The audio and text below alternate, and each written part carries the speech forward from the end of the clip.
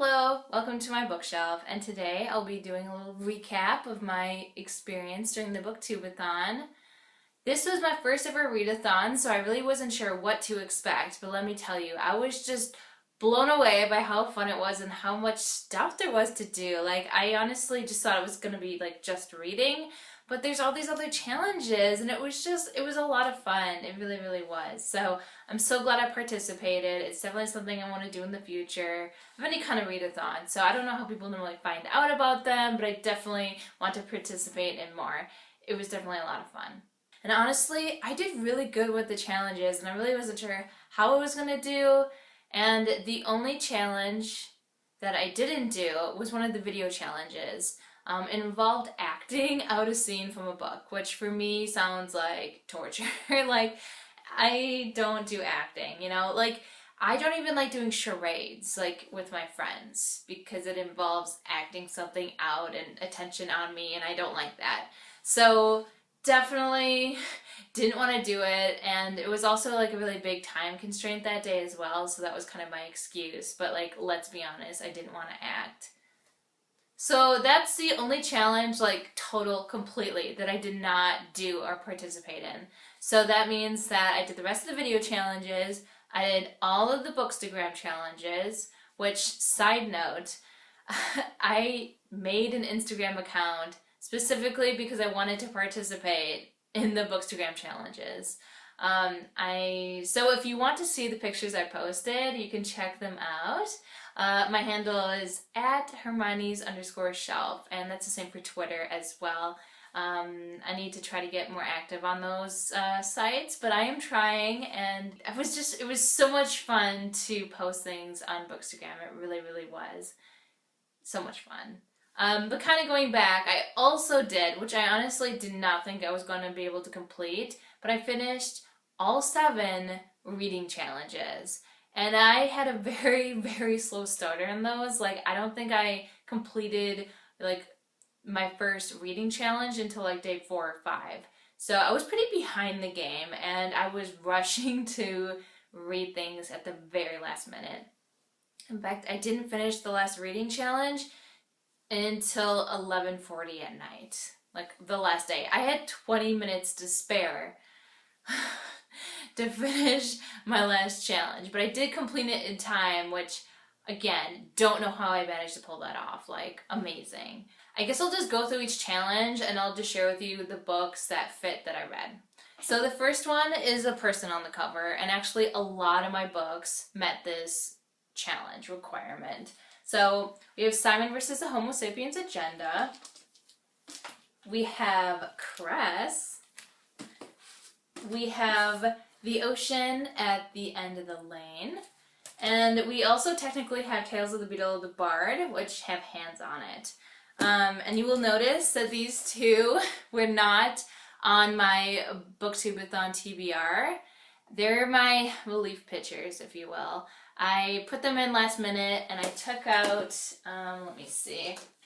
Yeah, so I was originally going to read The Unseen World and Scrappy Little Nobody, but yeah, that did not happen. So I switched these out for these out, which is how I managed to, like, read 7 books in 7 days, because yeah, this was not going to happen. And like I said, this barely happened, and look how small these books are. So I really kind of backed myself in a corner by waiting so long. At the end of this video, I will share with you, like, the breakdown of, like, how many pages I read and, like, what day, and it's really quite sad / impressive. So, something to look forward to.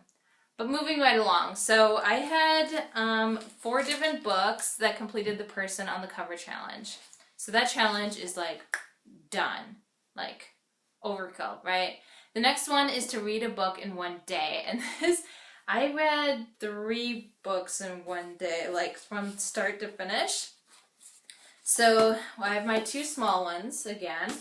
And I also have A Cure for Suicide. These 3 books I read all in 1 day, and in fact, the same day. So I read 3 books in 1 day. I mean, admittedly, these 2 are very small. Like, very small. This one took me, like, 40 minutes to read. So yeah, I did complete it, just barely. Had to bring in the relief pictures. Moving right along, the next challenge was to read a book outside, and I picked Aristotle and Dante Discover the Secrets of the Universe, which, by the way, side note, I loved this book. I gave it 5 stars. So good. Was not expecting how good this book was. So, wow. The next book was to read about a character that's very different from yourself. I mean, I feel like, a decent amount of these could fit, but really the one that really jumps out to me as like, okay, this character is extremely different from me is Simon versus the Homo sapiens agenda. This is pretty straightforward. Our main character is a teenage homosexual boy. I am neither of those things and never will be, so differences. But I will say, like, even though the character is very different from me, I really like this book and I really enjoyed Simon as a character. So, doesn't really matter how different we are, that doesn't mean we can't get along and don't agree on things, things like that. So, I was really happy that they had that as a category. It was really nice to push me to, go out of my comfort zone a little bit. So, I appreciate the push. Okay, so the next challenge was to read a hyped book. And actually, quite a few of my books meet this challenge requirement. So, obviously, Aristotle and Dante. I mean, like, look at these awards. Like, are you serious? And then, of course, Simon versus the Homo sapiens agenda. I mean, obviously, everyone talks about this book. And, of course, like, the Lunar Chronicles. I feel like that's also very popular. So, Crest would fit as well. And then, I mean, Harry Potter's pretty popular, so it's kind of hyped in that sense. And then, I mean, Neil Gaiman is pretty popular. This book, I mean, I've heard of it before, but it's not, like, super hyped. And then, like, no one has heard of this. Like, this is, like, the unhyped book, like, the unknown book, if that was a challenge. So pretty much, like, all of them, but this one could probably count for the hype book. So, got that covered. And then the other challenge was a cover by, and that would definitely be A Cure for Suicide. I mean, I saw this in a bookstore, and I was just so intrigued. It grabbed my attention, and I was just so interested to see what it was about, and I ended up getting it, actually. So, the cover makes a big difference for me, actually. And also kind of another cover by, though I didn't buy it, would be 3 Years with the Rat.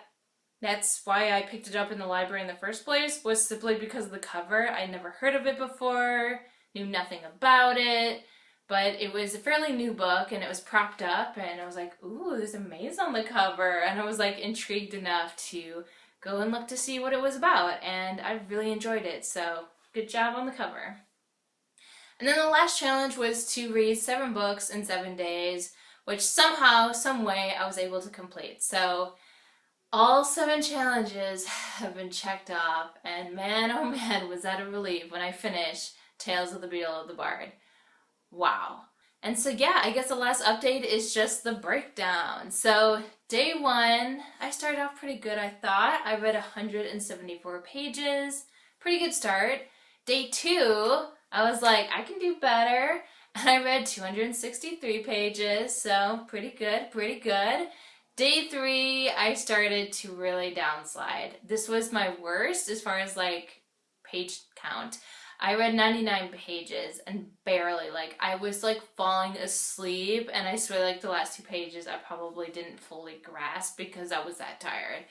But yeah, technically I read 99 pages on day 3. That was my worst. Which I would say, like, even as a worst, like, 99 pages, I normally don't read that many pages at all in a day.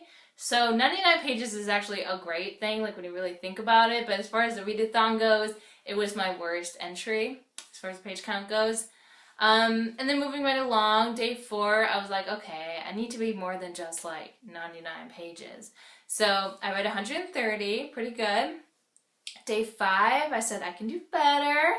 I read 173, which is 1 less than day 1, so I'm starting to get back, where I used to be. Day 6, I upped my game again, and I read 196 pages, so I'm like, all right. And then day 7, wow.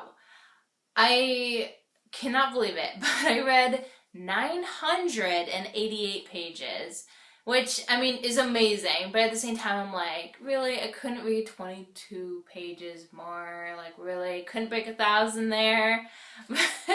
But no, I mean, 988 pages, like, that's insane. Like, wow. So that was amazing. And if you do the math, and hopefully I did it correctly, that comes out to 2,023 pages total for the entire Booktubeathon. Wow. I mean, I have no like frame of reference for this, but to me, like 2,000 of anything is a lot. So I am so proud of myself. And this is where, I mean, like when you really look at it, that means that, almost half of the pages I read total for an entire week happened on the last day, which is both depressing and pretty awesome. So that's kind of my recap for the Booktubeathon. I had a lot of fun with the challenges. There was only one I missed the ball on, but I just had a lot of fun, and I read so many books I never would have read, and it was just a really good experience. So I'm really happy that I pushed myself to actually do it and to participate. So thank you for watching this video, and until next time.